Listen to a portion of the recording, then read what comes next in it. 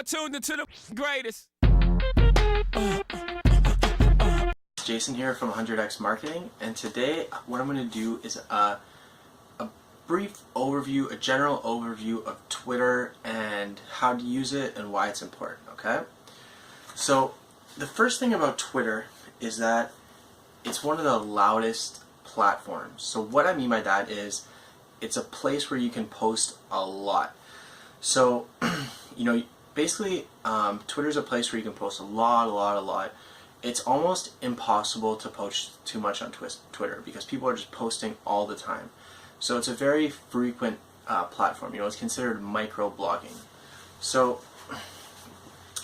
because of that, you can post pretty much as much as you want. But for most businesses, the ideal amount is going to be about 8 times a day, depending on what the business is. Now, for some businesses, you only really need to post once a day. Some businesses, if you want, you can post 20 times a day. So what Twitter is really useful for is for testing different posts before you put them on different platforms.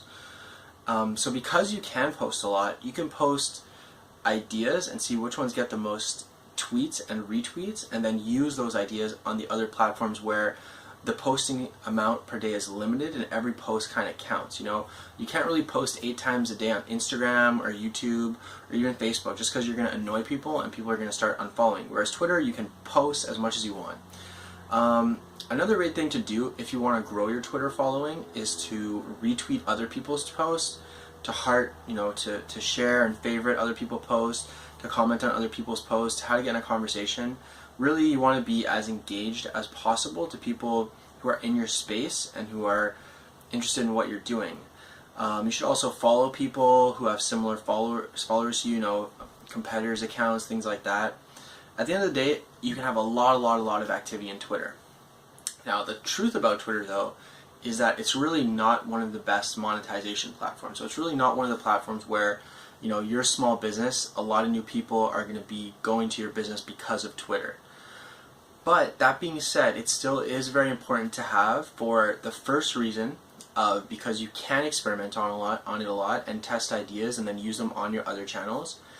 And also the other reason why it's very important is because Twitter ranks very well on Google. So what I mean by this is that, if someone were to Google your business name, chances are your Twitter account is going to be one of the top ranking, pages. So that's good because you're going to get ranked high in Google. And if your Twitter isn't active and updated, when someone clicks on that Twitter link, it's going to look really bad. I know for me personally, if I'm ever considering, using a potential business, or going into a potential business, I'm always going to, not always, but I'll often Google the business. Now, if I Google a business and I click on their Twitter page and it hasn't been updated for ages, that business is going to lose some credibility with me. So it's gonna make it look bad, basically. Now, for posting, you don't have to worry about it. You don't have to go every 10 minutes and post on Twitter. There are tons of apps out there that you can use to schedule posts. There are also apps out there that help you, comment and share and retweet posts.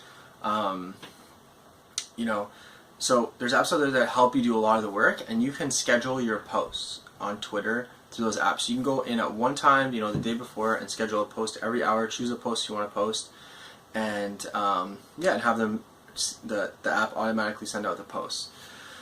Now, for the testing thing, so let's go over some examples you can use for testing. So let's say, for instance, I'm sitting down with a client soon. I'm giving them a 9-day strategy. And, part of that 9-day strategy, I just made some new logos for them. So let's say they want to figure out which logo is the best. I made, I think, about 6 different options for them that they can use on their different profile pictures and also Twitter banners and Facebook banners, YouTube banners, things like that. So let's say they want to test that. What they could do is they go on their Twitter and they say, hey, we're considering changing our YouTube banner. Which one do you think will be best? Choice number 1, then post choice number 2, then choice number 3, post all of them. And then whichever one gets the most likes or retweets, chances are, that, it's a good indication that that's the best one. Or let's say you're considering posting an Instagram post tomorrow, and you can only post 2 or 3, and you have a bunch of ideas, you want to know which one to post. You can just, and they're all kind of similar. I made a bunch of sample posts for this client the first kind of post they can put on their social media. You can go on Twitter, post all those, and whichever one gets the most likes and retweets is the one you post. Now, the other thing about Twitter is you don't want to over tag. So it's actually been, through statistics and different tests people have run, it's been shown 1 or 2 tags is the optimum amount of tags for Twitter. Any more than that, and you're actually wasting your time.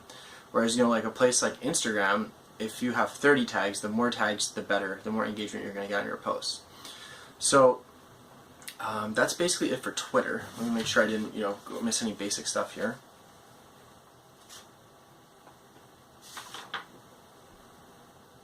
Yep, that's pretty much it. So it's a really loud platform. You can post as much as you want.